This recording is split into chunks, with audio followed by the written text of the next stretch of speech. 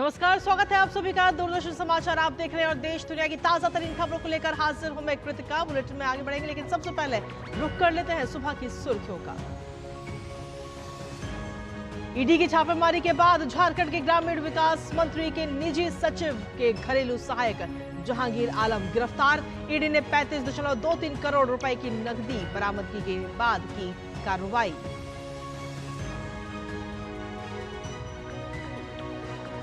चौबीस की चुनौती में बीजेपी नेताओं की तूफानी रैली। जेपी नड्डा चित्रकूट और फतेहपुर में तो अमित शाह तेलंगाना के भोंगीर में करेंगे चुनावी प्रचार।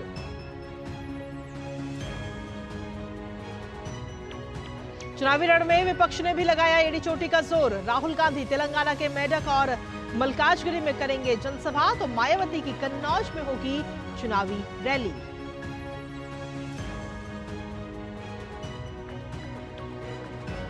राष्ट्रपति भवन में पद्म पुरस्कार समारोह आज। राष्ट्रपति द्रौपदी मुर्मू पद्म पुरस्कार करेंगी प्रदान।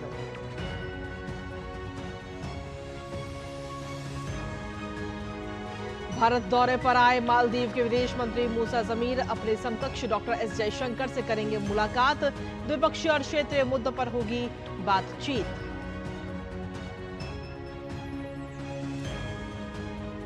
कुलगाम में सोमवार से चल रही मुठभेड़ में मारा गया एक और आतंकी। कई इलाकों में सर्च ऑपरेशन जारी, अब तक 3 आतंकी हुए ढेर।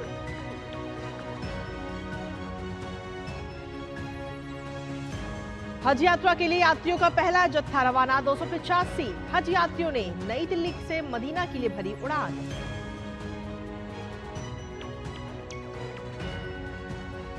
और खेल की खबरों में सनराइजर्स हैदराबाद की लखनऊ सुपर जॉयंट्स पर जीत के साथ प्लेऑफ से बाहर हुई मुंबई इंडियंस।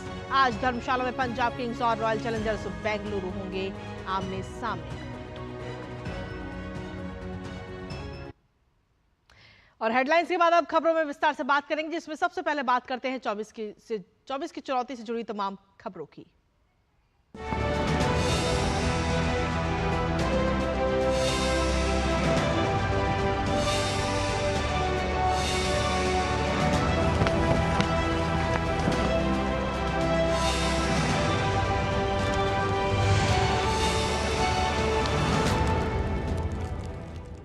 तो 24 की चुनौती में भारतीय जनता पार्टी के नेताओं की तूफानी रैली का दौर लगातार जारी है और भारतीय जनता पार्टी के स्टार प्रचारक और केंद्रीय गृह मंत्री अमित शाह आज तेलंगाना का चुनावी दौरा करते हुए नजर आएंगे।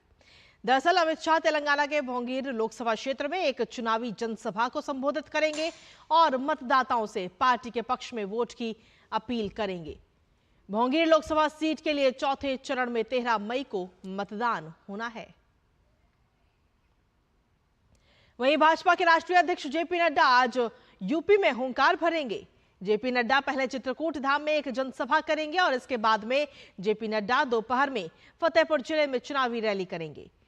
इस दौरान भारतीय जनता पार्टी के प्रदेश अध्यक्ष भूपेंद्र सिंह चौधरी भी उनके साथ मौजूद रहेंगे।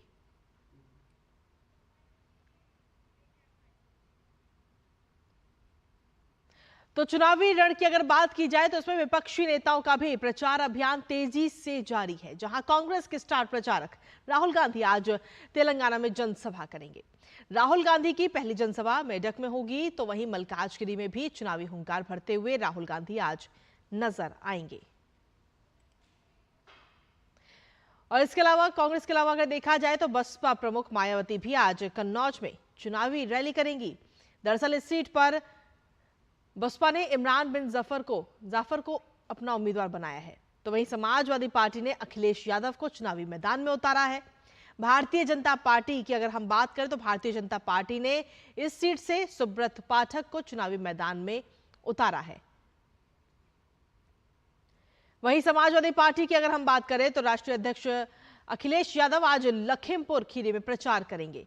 अखिलेश यादव सपा प्रत्याशी उत्कर्ष वर्मा के पक्ष में जनसभा को संबोधित करेंगे। तो लोकसभा चुनाव के छठे चरण के लिए उम्मीदवारी वापस लेने का आज अंतिम दिन है। छठे चरण में 8 राज्यों केंद्र शासित प्रदेश में 58 संसदीय निर्वाचन क्षेत्रों में 25 मई को मतदान होना है। और इस चरण में आपको बता दें कि उत्तर प्रदेश की 10 सीटें, बिहार की 8 सीटें, पश्चिम बंगाल की 8 सीटें, राजधानी दिल्ली की सभी 7 सीटें, ओडिशा की 6 सीट, झारखंड की 6 सीटें और जम्मू कश्मीर की 1 सीट पर मतदान होना है। दरअसल 7 मई को होने वाला अनंतनाग राजौरी लोकसभा क्षेत्र का मतदान भी अब छठे चरण में यानी कि 25 मई को होगा।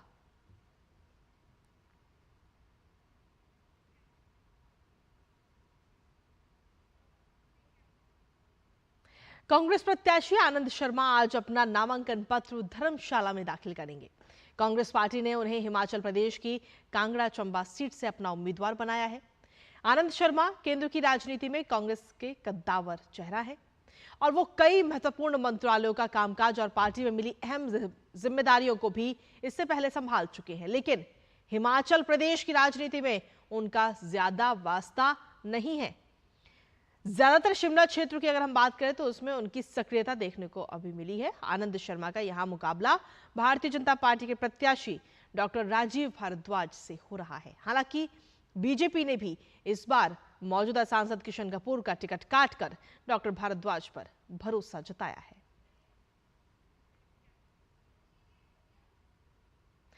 उत्तर प्रदेश की राजनीति में अब एक नाम है स्वामी प्रसाद मौर्य, जो आज नामांकन पत्र दाखिल करेंगे। हालांकि वो आखिरी वक्त तक मायावती के संपर्क में रहे और खबरें आ रही थी कि बीएसपी के टिकट पर वो चुनाव लड़ सकते हैं, लेकिन बात कहीं ना कहीं नहीं बन पाई है। लिहाजा उन्होंने घोषणा कर दी कि वो राष्ट्रीय शोषित समाज पार्टी के टिकट पर कुशीनगर से चुनाव लड़ेंगे। आपको बता दें कि इस सीट पर 7वें चरण में यानी कि 1 जून को मतदान होगा। कुशीनगर में साल 2019 में बीजेपी के विजय कुमार दुबे ने समाजवादी नेता एनपी कुशवाहा को हराया था, तो वहीं अब सपा ने यहां से अजय प्रताप सिंह को अपना उम्मीदवार बनाया है और बीजेपी ने मौजूदा सांसद विजय कुमार दुबे पर एक बार फिर से भरोसा जताते हुए उन्हें टिकट दिया है।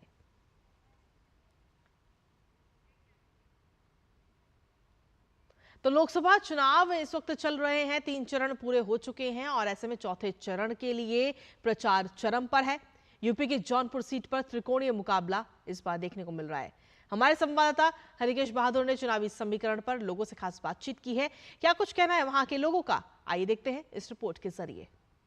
जौनपुर में हूं मैं और ये यादव जी की स्पेशल रबड़ी लस्सी दुकान है, जो स्पेशल चाय कॉफी भी बनाते हैं और यहाँ पर कुछ युवा बैठे हुए हैं जो आपस में चर्चा कर रहे हैं। और कारण ये है कि यहाँ पर एक बसपा के कैंडिडेट का टिकट कटा है और दूसरे कैंडिडेट ने नॉमिनेशन किया है। चूंकि आज आखिरी दिन था नॉमिनेशन का और तीनों पार्टियों के भारतीय जनता पार्टी से कृपा शंकर सिंह, समाजवादी पार्टी से बाबू सिंह कुशवाहा और बहुजन समाज पार्टी से श्याम सिंह यादव ने नॉमिनेशन फाइल किया है। इस पर ये युवा चर्चा कर रहे थे, इनसे ही हम शुरुआत करेंगे। चूंकि ये नेताजी हैं, भगवा भी पहन रखे हैं, तो इसको आप किस तरह से देखते हैं जो टिकट कटा है बहुजन समाज पार्टी की जो श्रीकला जी थी उनका, और आखिरी दिन श्याम सिंह यादव जो यहाँ पे सांसद थे उन्होंने नामांकन दाखिल किया।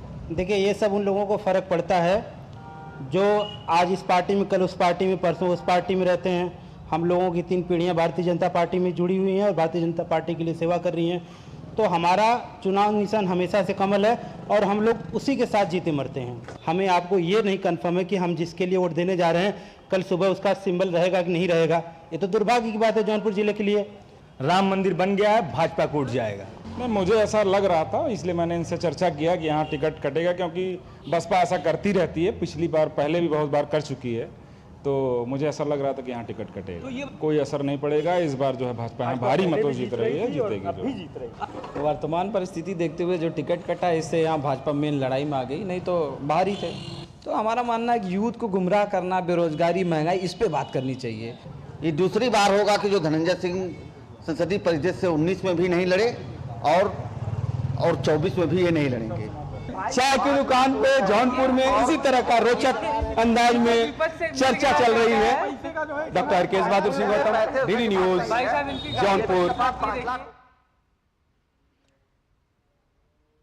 तो उत्तर प्रदेश में जौनपुर सीट पर लोगों की क्या कुछ प्रतिक्रिया है वो हमने देखी। अब बात करेंगे उत्तर प्रदेश की अमेठी और रायबरेली सीट की, जिसका रण को जीतने के लिए कांग्रेस अब कोई कोर कसर नहीं छोड़ना चाहती है। दरअसल दोनों ही सीटों पर प्रियंका गांधी अपने ही अंदाज में प्रचार करती हुई नजर आ रही हैं। कांग्रेस के पूर्व नेता आचार्य प्रमोद कृष्णम ने प्रियंका को पार्टी और परिवार की साजिश का शिकार बताया है।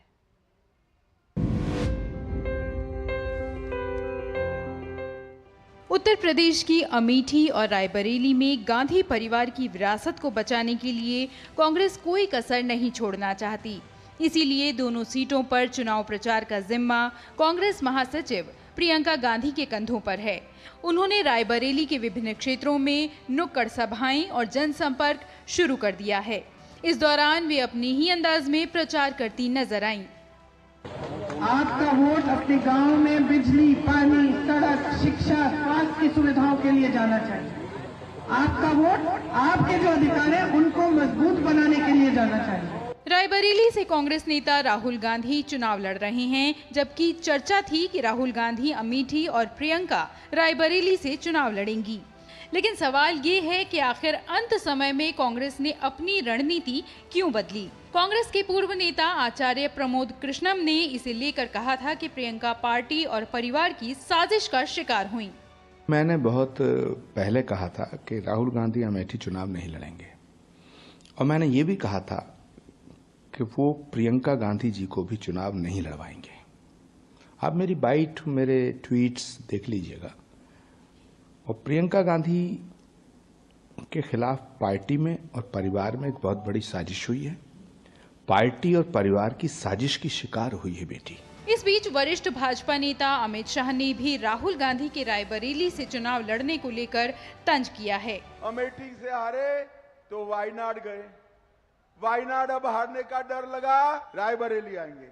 और अब राहुल बाबा मैं बता देता हूँ, रायबरेली भी आप हारने वालों हो।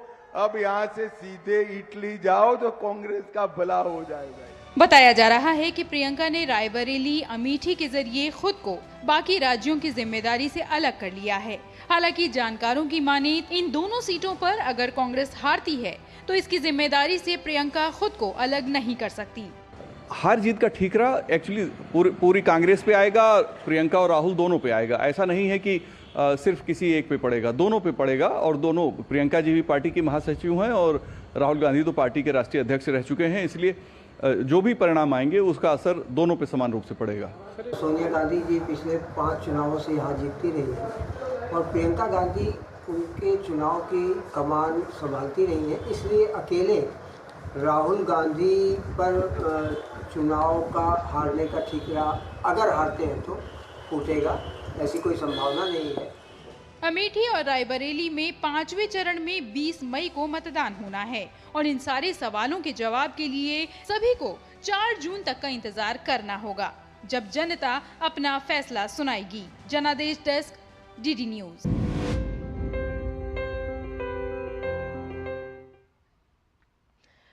वहीं मध्य प्रदेश की अगर हम बात करें तो भारतीय जनता पार्टी के अध्यक्ष विष्णुदत्त शर्मा ने कहा है कि सैम पित्रोदा ने भारत की संप्रभुता, एकता और अखंडता पर हमला किया है और ऐसे लोगों पर कानूनी कार्रवाई होनी चाहिए।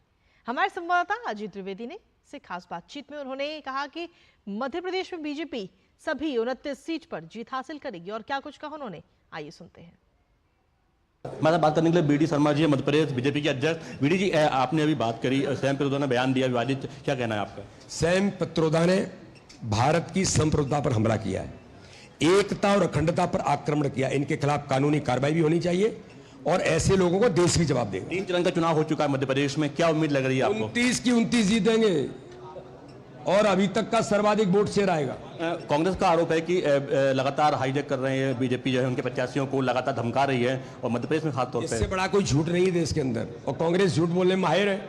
अरे अपने प्रत्याशियों से पूछ लो उनके क्या हाल है, वो क्या कर रहे हैं। जो इंदौर में आए या पुरी के अंदर आए तो क्या उनको किडनैप किया है? खुद बेचारे छोड़ छाड़ करके भाग रहे हैं। पूरे कांग्रेस के नेतृत्व से निराशा का वातावरण बना हुआ उनके कार्यकर्ताओं में, नेताओं में। तो लोग क्या करेंगे, छोड़ के भाग रहे हैं। धर्म के आधार पर आरक्षण की बात कर रही है कांग्रेस और लगातार। के आधार पर आरक्षण इस देश के अंदर किसी भी कीमत पर नहीं हो सकता। चाहे राहुल गांधी चिल्लाएं, चाहे कोई चिल्लाए, अनुसूचित जाति जनजाति और ओबीसी भाई और बहनों के आरक्षण में डाका नहीं डालने दिया जाएगा, ये भी मोदी जी की गारंटी है। जी बहुत बहुत धन्यवाद हमसे बात करने के लिए। ये थे हमारे साथ मध्य प्रदेश बीजेपी के अध्यक्ष विष्णुदत्त शर्मा, जिनका कहना है कि स्वयं पित्रोदा का जो बयान है वो सिर्फ बयान नहीं है, कांग्रेस की ये रीति नीति रही है और साथ ही धर्म के आधार पर आरक्षण जो है वो ना बीजेपी ना ये देश कभी बर्दाश्त नहीं कर सकता। कैमरामैन मोंटी सिंह के साथ अजीत द्विवेदी, डीडी न्यूज, इंदौर। और इसी के साथ 24 की चुनौती यानी कि लोकसभा चुनावों से जुड़ी तमाम खबरों में फिलहाल इतना ही। बढ़ते हैं आगे।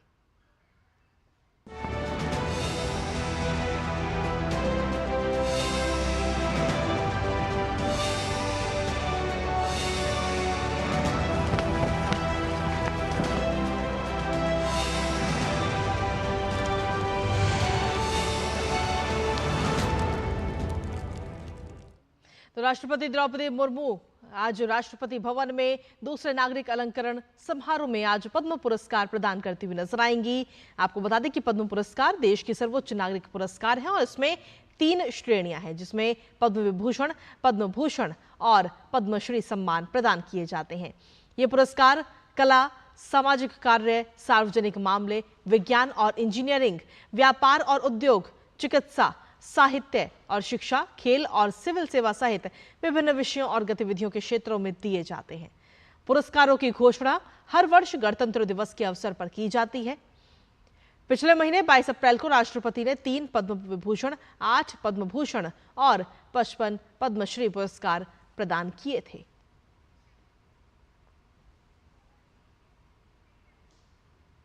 मालदीव के विदेश मंत्री मूसा जमीर भारत की आधिकारिक यात्रा पर हैं और आज वो विदेश मंत्री डॉक्टर एस जयशंकर से आपसी हित के द्विपक्षीय और क्षेत्रीय मुद्दों पर चर्चा करते हुए नजर आएंगे। विदेश मंत्रालय ने एक बयान जारी कर कहा कि मालदीव हिंद महासागर क्षेत्र में भारत का प्रमुख समुद्री पड़ोसी है और विदेश मंत्री जमीर की यात्रा से दोनों देशों के बीच द्विपक्षीय सहयोग को और गति मिलने की उम्मीद है। दक्षिण कश्मीर के कुलगाम में सोमवार रात से जारी मुठभेड़ में सुरक्षा बलों ने एक और आतंकवादी को मार गिराया है। इससे मुठभेड़ में मरने वाले आतंकियों की संख्या अब 3 हो चुकी है और अभी तक मारे गए आतंकियों की फिलहाल पहचान नहीं हो पाई है। इससे पहले मंगलवार को आतंकी संगठन द रेजिस्टेंस फ्रंट के कमांडर वासित डार और अन्य आतंकी फहीम अहमद बाबा मारे गए थे। इस मुठभेड़ के दौरान सुरक्षा बल आतंकियों के एक ठिकाने को भी क्षतिग्रस्त किया गया है। टारगेट किलिंग की करीब 18 वारदातों में शामिल वासित पर 10 लाख रुपए का इनाम था। फिलहाल आतंकियों की तलाश में जम्मू कश्मीर के कई इलाकों में सेना सर्च ऑपरेशन चला रही है। और अब बात रांची की करते हैं, जहां पर आपको बता दें कि रांची में झारखंड के ग्रामीण विकास मंत्री आलमगीर आलम के निजी सचिव संजीव लाल के घरेलू सहायक जहांगीर आलम को गिरफ्तार कर लिया गया है। दरअसल ईडी ने छापेमारी और 35.23 करोड़ रुपए की नकदी बरामदगी के बाद उसे गिरफ्तार किया। इंजीनियर वीरेंद्र राम से जुड़े एक केस में ईडी ने 6 मई को रांची में कई जगहों पर छापेमारी की थी, जहां से करोड़ों का कैश बरामद किया गया था। केरल में वेस्ट नाइल बुखार को लेकर राज्य में इस वक्त अलर्ट है। केरल में वेस्ट नाइल बुखार के 5 मामले अभी तक सामने आ चुके हैं।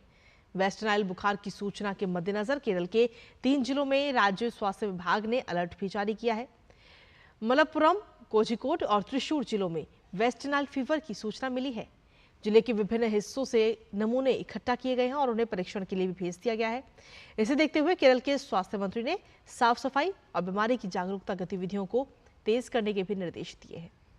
वहीं आपको बता दें कि वेस्ट नाइल बुखार के कारण केरल में एयर इंडिया के अधिकतर जो हवाई सेवाएं हैं वो भी बाधित हो रही हैं। बताया यह जा रहा है कि बड़ी संख्या में एयर इंडिया के क्रू सदस्य भी इस बीमारी के चलते अवकाश पर हैं, जिससे यात्रियों को काफी परेशानी का सामना इस वक्त करना पड़ रहा है।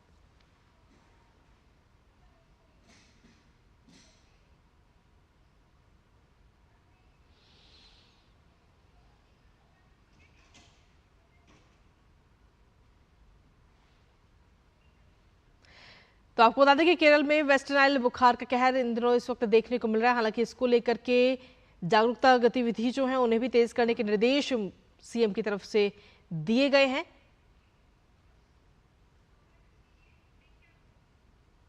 और अब बात हज यात्रा की करते हैं, जिसका अगर देखा जाए तो यात्रियों का पहला जत्था जो है वो दिल्ली से मदीना के लिए रवाना किया गया है। दिल्ली हज कमेटी के अध्यक्ष कौसर जहां ने सभी हज यात्रियों को मुबारकबाद दी। विदेश मंत्रालय में सचिव मुक्तेश के परदेसी ने सऊदी अरब की अपनी हालिया यात्रा के दौरान इस साल की हज की तैयारियों की समीक्षा की और दोनों पक्षों के बीच सहयोग को मजबूत करने के लिए कई मंत्रियों के साथ बैठकें भी की हैं।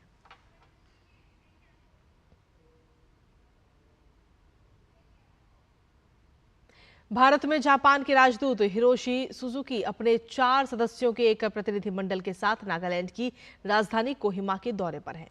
मुख्यमंत्री आवासीय परिसर में जापानी राजदूत के सम्मान में एक सांस्कृतिक कार्यक्रम का भी आयोजन किया गया। सांस्कृतिक कार्यक्रम के बाद हिरोशी सुजुकी ने कोहिमा शांति स्मारक और इको पार्क के उद्घाटन समारोह में हिस्सा लिया और वृक्षारोपण कार्यक्रम में शामिल हुए।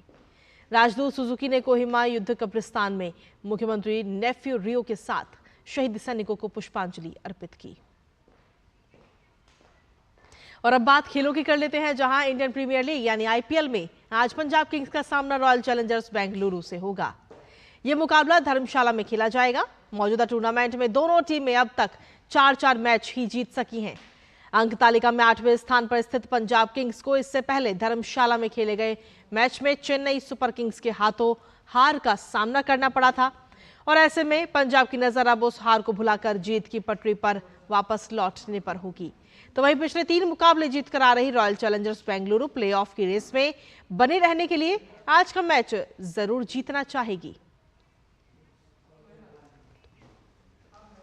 वहीं हैदराबाद की लखनऊ पर जीत के साथ ही मुंबई इंडियंस आईपीएल 2024 में प्लेऑफ की रेस से अब बाहर होने वाली पहली टीम बन चुकी है। मुंबई की टीम के पास 18 मैच खेलने के बाद 8 अंक हैं।